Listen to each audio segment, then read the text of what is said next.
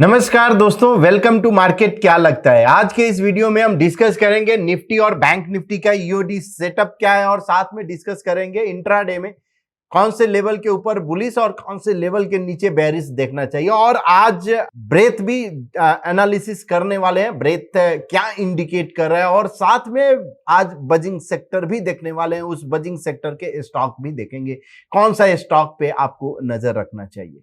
सबसे पहले स्टार्ट करते हैं निफ्टी से। आज निफ्टी 256 पॉइंट पॉजिटिव क्लोज दिया और bank Nifty 640 point positive close दिया। आप अगर आपको याद होगा कि कंटिन्यूअस एक बुलिश ट्रेंड ये कंटिन्यू है। कुछ दिन से ये एक साइडवेज मूव जरूर था। अगर हम 1 मिनट का चार्ट अगर आप देखो तो ये मल्टीपल डीज का ये साइडवेज मूव था। कल इसने ब्रेक जरूर किया लेकिन उसके बाद ये इस रेंज में जाके क्लोज दिया।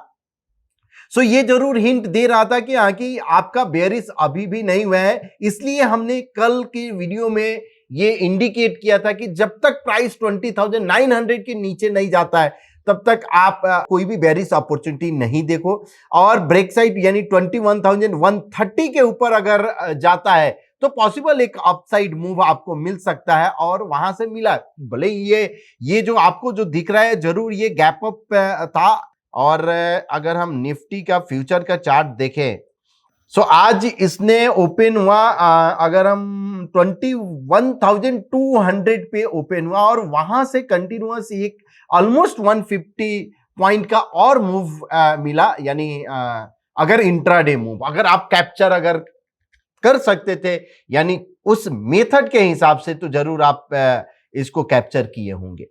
एनीवे कल अगर हम देखें कि कल का लेवल्स क्या है तो क्लियर सेटअप तो अभी भी बुलिश है, कोई भी बेरिशनेस यहां पे नहीं दिख रहा है। और कल का जो लेवल है अगर प्राइस 21,375 के ऊपर अगर सस्टेन होता है तो पॉसिबल एक अपसाइड मूव फिर से आपको मिल सकता है। और डाउन साइड अगर 21,220 के नीचे अगर सस्टेन होता है तो पॉसिबल थोड़ा डाउन साइड यानी 21,100 तक आपको दिख सकता है। बैंक निफ्टी का अगर हम इंट्राडे चार्ट सेटअप की बात करें तो अभी चार्ट सेटअप जरूर ये बेयरिश टर्न हुआ बुलिश में बिकॉज प्रीवियस टू अब चार्ट सेटअप बुलिश हो गया है। कल बेयरिश जरूर था, इसमें कोई डाउट नहीं है। लेकिन गैप अप के साथ वो अगर आप बेयरिश में होंगे तो आपका स्टॉप आउट हुआ होगा और स्टॉप आउट के बाद फिर आपका सेटअप बुलिश हो गया है। अब कल के लिए जो लेवल है 48,220 के ऊपर अगर सस्टेन होता है तो पॉसिबल एक अपसाइड मूव आपको मिल सकता है। और down side move bank Nifty के लिए 47,850 के नीचे सस्टेन होता है तो पॉसिबल 47,490 तक मिल सकता है। तो ये दोनों लेवल पे आप नजर रखिए। अब देखते हैं ईओडी के हिसाब से क्या कुछ चेंजेस हुआ है। तो ये निफ्टी का चार्ट है और आपको याद होगा ये 0.10 का चार्ट है। यहां पे कॉलम ऑफ वो में था, उस समय हमने डिस्कस किया था कि अगर यहां से अगर ब्रेकआउट होता है यानी नेक्स्ट फॉलो थ्रू तो वो ही इंटरेस्टिंग हो सकता है। बिकॉज ब्रेथ भी अगर कूल ऑफ होता है और उसके बाद ब्रेकआउट होता है तो जनरली टिपिकल आप बोल सकते हो कि बुल रन में ऐसा दिखता है। ब्रेथ आपका एक्सट्रीम जोन जाएगा, फिर से ये 75-80 के करीब आता है और फिर से ये एक रैली यानी डबल टॉप बाई या ब्रेकआउट जो आपको दिखता है। और आज जो है वैसे ही दिखा। और हमने लास्ट वीडियो में ये जरूर इंडिकेट किया था कि जब बुल रन होता है तो ये इस तरह का ब्रेथ बिहेव करता है और आज वैसे ही हुआ। अब करंट सिनारियो की अगर हम बात करें, ये जो लाइन अगर आप देखो ये ट्रेंड लाइन है। सिंपल ट्रेंड लाइन अगर आपको ड्रॉ करना है यानी तो उसके लिए एटलीस्ट 2 पॉइंट रहता है। जैसे मान लो कोई भी 2 हाई या 2 लो अगर आप कनेक्ट करते हो तो उससे आप लाइन एक ड्रॉ करते हो जिसको ट्रेंड लाइन बोलते हैं, जो कि subjective sort of trend line. ये आपको दिख रहा है जो लाइन, ये 45 degree support and resistance line है। इसका मतलब क्या है कि प्राइस 45 डिग्री अभी ये यहां से हमने ड्रॉ किया तो एग्जैक्ट प्राइस वहीं पे जाके रुका है। ये पहले से भी मालूम था कि 163 पॉसिबल एक रेजिस्टेंस यानी पॉज हो सकता है। अब अगर इसके ऊपर जाता है तो कहां तक जा सकता है, तो ये लेवल जो आपको जो दिख रहा है 21,699 यानी 780 आप बोल सकते हो, तो आप 700 और 800 के नजदीक जा सकता है बिकॉज ब्रेकआउट अगर होता है तो निफ्टी का। सो ये करंट सिनारियो में निफ्टी अभी भी चार्ट सेटअप बुलिश है और कोई भी बेयरिश साइन नहीं दिख रहा है। बैंक निफ्टी की बात करें तो ये जो आपका दिख रहा है कंटिन्यूअस एक अपसाइड मूव और 48,200 के करीब में, यानी 100 और 200, ये एक पॉज एरिया है बिकॉज ये 45 डिग्री का एक रेजिस्टेंस लाइन है और वहां एक पॉसिबिलिटी है कि पॉज ले। अगर उसको कंटिन्यू ट्रेंड करता है तो एक उसके बाद फिर हम बात करेंगे कि क्या सिनारियो है, लेकिन वहां एक दिख रहा है कि ऑलमोस्ट 1000 पॉइंट के ऊपर में एक पॉज दिख रहा है बैंक निफ्टी, लेकिन अभी भी बहुत 1000 पॉइंट अभी भी है। सो अब देखते हैं ओआई के हिसाब से क्या इंडिकेट कर रहा है। तो ओआई में नेक्स्ट वीक का हम अगर करें 22,000 के कॉल ओआई बिल्डअप ज्यादा है। अगर हम पुट का बात करें तो पुट में 21,100 और 20,500, सो ये रेंज बहुत बड़ा है। सो पॉसिबल ये कल या परसों में ये रेंज छोटा होगा। तो अभी क्लियरली अगर हम बात करें 20,500 नहीं, 21,100 और 22,000, ये एक रेंज है। 21,100 और 22,000 के बीच में पॉसिबल एक नेक्स्ट वीक रहेगा।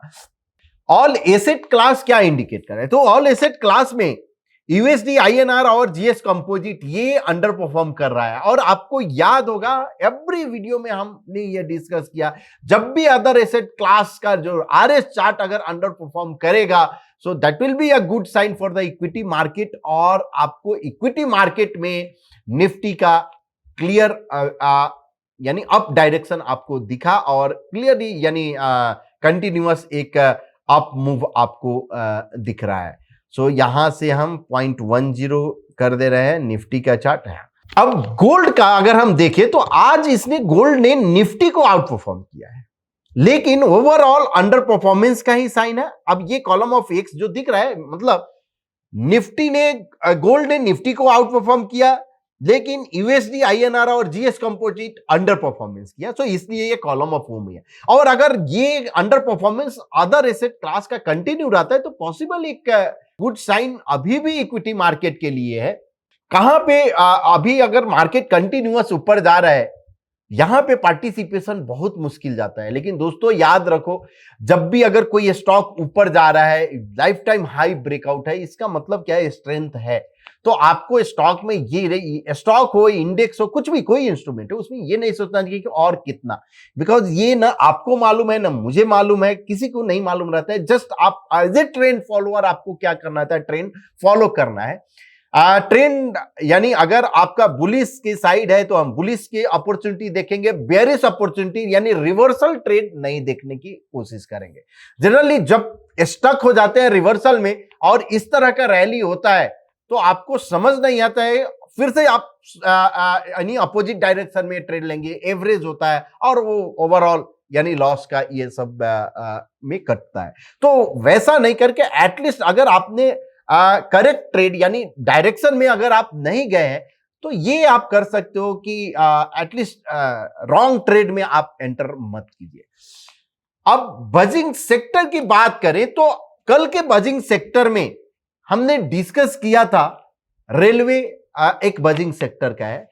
और आज अगर हम ऐप में आए और आर जोन में यहां पे table, performance table define as railway, इसको अगर हम रन करें तो मोस्टली सभी स्टॉक यानी आईआरएफसी हुआ, टेक्स रेलटेल, ये सभी ग्रीन में आपको दिख रहा है। 11%, 6%, ये और ऊपर में था 15%, ऐसे 8% के करीब में और ऊपर था। सो मोस्टली रेलवे के जो भी ये स्टॉक थे ये पॉजिटिव क्लोज दिया है और अच्छे से दिए हैं। तो पॉसिबल एक आपको इस तरह का कैसे बजिंग सेक्टर आपको सेलेक्ट करना है और उसके स्टॉक सेलेक्ट करना है, उस पर हमने डिस्कस किया ही था कल के वीडियो में। आज फिर से हम बजिंग सेक्टर पे बात करेंगे कि आज बजिंग सेक्टर में कौन है। उसके पहले ब्रेथ पे थोड़ा हम बात करते हैं कि ये जो है आपका निफ्टी 500 का ब्रेथ है। अभी भी निफ्टी 500 का ब्रेथ 68% है, यानी एक्सट्रीम जोन में नहीं है, न्यूट्रल जोन में है। सो निफ्टी 500 का ब्रेकआउट, अगर उसकी स्टॉक में कोई ब्रेकआउट ट्रेड अगर आपको मिलता है तो ये अपॉर्चुनिटी रहता है आप ट्रेड लो, बिकॉज जब एक्सट्रीम जोन में जाएगा तो पॉसिबल है कि ब्रेकआउट फेल होगा। अभी यहां पे स्कोप है और आप जा सकते हैं ब्रेकआउट ट्रेड का। अब निफ्टी 50 का भी हम देख लेते हैं स्कैन करके कि क्या वहां पे ब्रेथ है, क्या कंडीशन है। सो करंट ब्रेथ सिनारियो जो अगर हम देखें 82 है, तो यस 100 से जो कल का 80 था, आज प्राइस ऊपर गया 82 आया। अभी भी हो सकता है कि अभी भी यहां पे स्कोप है 100। ये जनरली बुल मार्केट में रहता है, ऐसा नहीं कि यहाँ की अब अवॉइड करने का। ब्रेकआउट ट्रेड मिलता है, आपके रूल में बैठता है तो जरूर आपको ट्रेड यानी लेना चाहिए। अब आते हैं बजिंग सेक्टर का। तो आप ब्रेथ में जाके और ब्रेथ स्कैनर जब आप रन करेंगे सो एच चार्ट करते हो तो ये एक लॉन्ग टॉलबार आपका दिखता है, जहां पे समझ में आता है कि कौन सा सेक्टर जो कि आउट परफॉर्म या बजिंग में है। तो यहां पे आपको क्लियरली दिख रहा है एक यस, यहां पे आप देखिए ये डिफाइन एज सीमेंट, ये एक बजिंग सेक्टर में है। और अगर हम देख लें स्टॉक कौन सा है, एक डिजिटल इंडिया जरूर है, cement, digital India, IT hardware हमने कवर किया है, रेलवे ऑलरेडी हमने डिस्कस किया है, तो ये तो है ही।